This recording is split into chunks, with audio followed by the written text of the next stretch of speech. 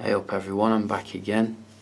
So I just wanted to do a quick little review of the iPhone 6, which is the regular sized one. And bear in mind, this is the first time I've ever used an Apple device, so it's obviously a bit of a learning process for me, but I have been having a play with it to see what I think about it. And I have to say, I've got some die-hard Apple fans where I work who would never give up their iPhone over any other platform, so I wanted to see what the big fuss was about and didn't want to be ignorant of other platforms.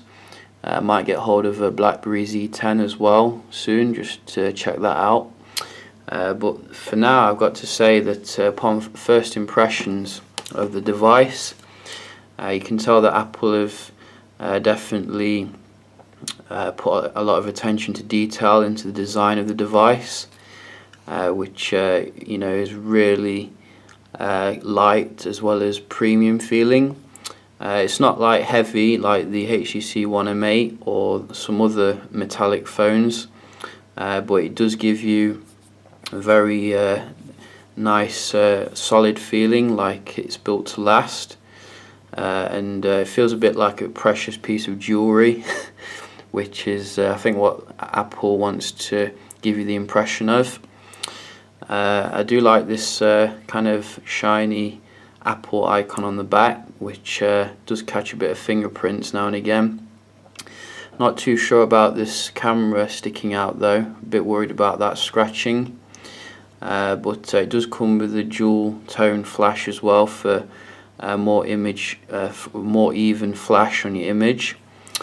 But you got your home button at the front as well, similar to Samsung devices, which feels very clicky, which also doubles up as your fingerprint scanner as well. As you can see, it's let me in doing that. And you got your lightning adapter on the bottom, which I tried to use a standard USB charger and was, you know, denied basically, so I had to use the lightning adapter to charge the device. And you get your headphone jack down here, a bit of a strange place to put it if you ask me.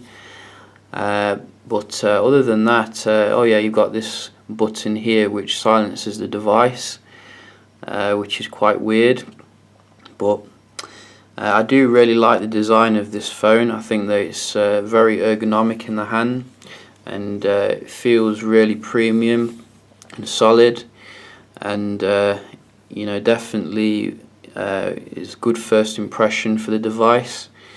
I think that the Alpha with its chamfered edges looks a little bit more premium, but I do prefer the comfort in the hand on the iPhone. I think it does feel a little bit less sharp because it is rounded off, but I think this is based upon the iPhone 5s's look a bit more so.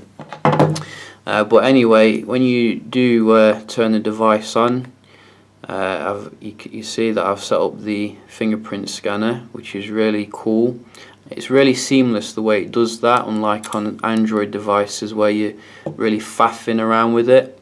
You just put your finger there and you're in, bam. Really like that. But the screen is, I don't think it's a full HD display. It's 326 ppi, and it's 4.7 inches across. It's LED backlit with an oleophobic coating. So whatever the technology is, you know, I'm really big fan of this screen. I think that it's a fantastic display with very nice color reproduction and viewing angles, and it really makes the iOS operating system pop. And the brightness is very bright as well. I've had to actually get the brightness right down just to film this, but if you go into the settings, you can go to the display and then change the brightness up here, which, as you can see, very bright display on this. So you shouldn't have any issues with your outdoor viewing, etc. And very nice screen indeed. In regards to the other specs, you're getting obviously all your latest stuff, such as your 4G LTE, as well as your latest GPS, GLONASS, etc. Latest Bluetooth, which is quite cool, dual band support for your Wi-Fi.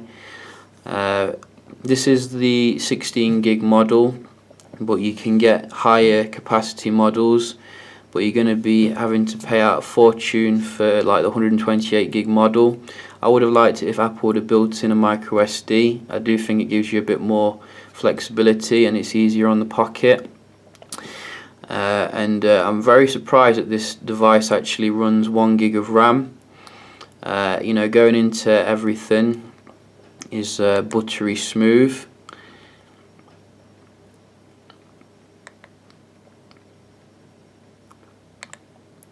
There's no way you could get away with this type of kind of multitasking on an Android device.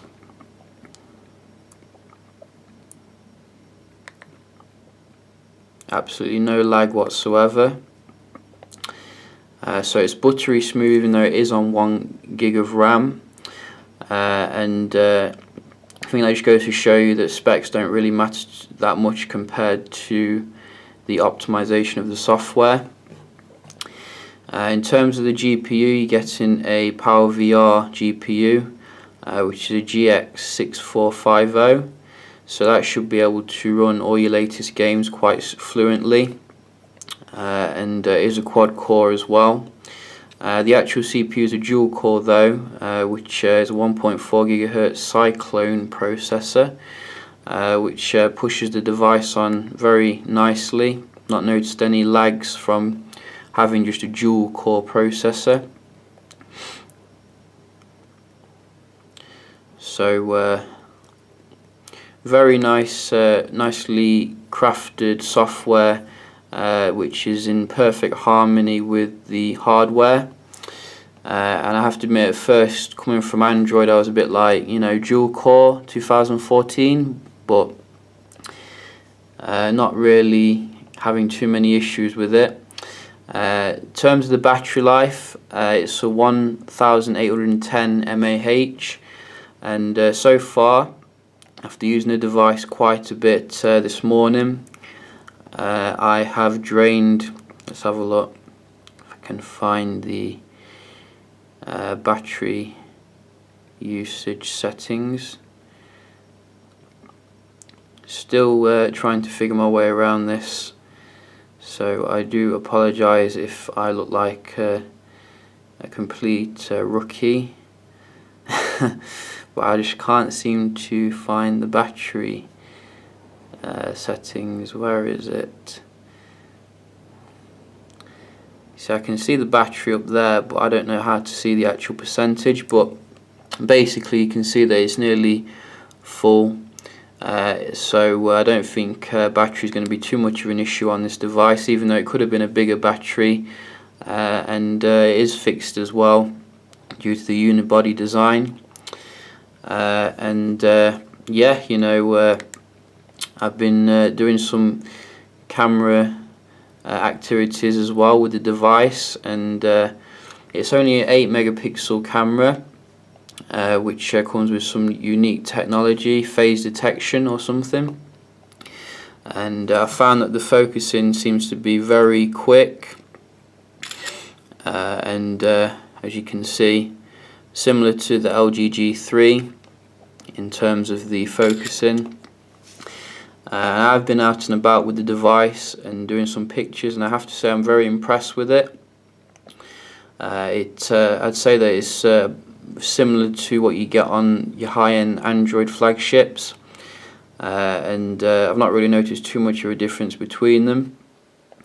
You do get your secondary camera of a 1.2 megapixel for your FaceTime or selfie sessions. The camera seems to be much well thought out compared to some of the camera apps you get on Android. As you can see, you can use this wheel to go into your slow-mo mode, time-lapse mode, and you can put on like a panorama there, which is quite cool. You can put on different tones as well, so you can have some noir or fade process, which is quite cool, and supports HDR, which is quite cool. So pretty full-featured camera app here, which I think it's missing 4K, unfortunately. But you know, if you've only got a 16 gig device, you're probably not going to be too bothered about that. And iOS, it's running. I think it's the latest version of iOS, which is iOS 8.1.2. But you can access Siri by just holding down this button. What's the weather today? Here's the weather today.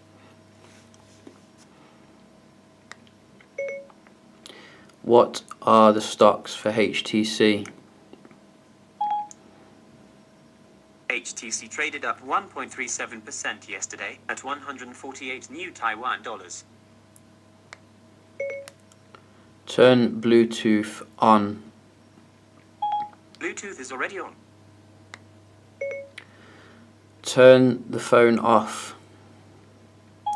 I'd like to, but I cannot. My apologies. Why are you so stupid? I'm just trying to help. So as you can see, it looks like it's doing a little bit better there than the Google Now, and I'll have to see if I can get some more phrases to wind it up with. But I have to say, I'm very impressed with this device, and you know, I have taken a while to reach my palms, but can definitely see the draw to the device, particularly when you're dealing with some very plasticky devices over at Android. It does feel like a very solid product, like a lot of attention has been put into it. I do like the fingerprint scanner. I have been a bit dismayed about the lack of freedom on the platform that I've so far encountered, such as like your music, for example, having to use iTunes, as well as when I first got the device I couldn't actually use it because I didn't have a micro or nano SIM with EE. So I was literally sitting there with a nice shiny iPhone 6. I couldn't use it for a couple of days, just looking at the start screen, which was really annoying. And obviously you have that memory issue, which is means you have to fork out, you know, for more memory, which is a bit of a shame. But other than these minor niggles, I'm very impressed with this device, and I'd solidly recommend it if you can afford it. But then again, it is quite a premium device, and you are going to have to pay for the nose for it. So yeah, you know, I hope you enjoyed this little video. I'll be sure to do some comparisons with other handsets with this device, and maybe some gaming videos. But yeah, I'll see you next time. Cheers.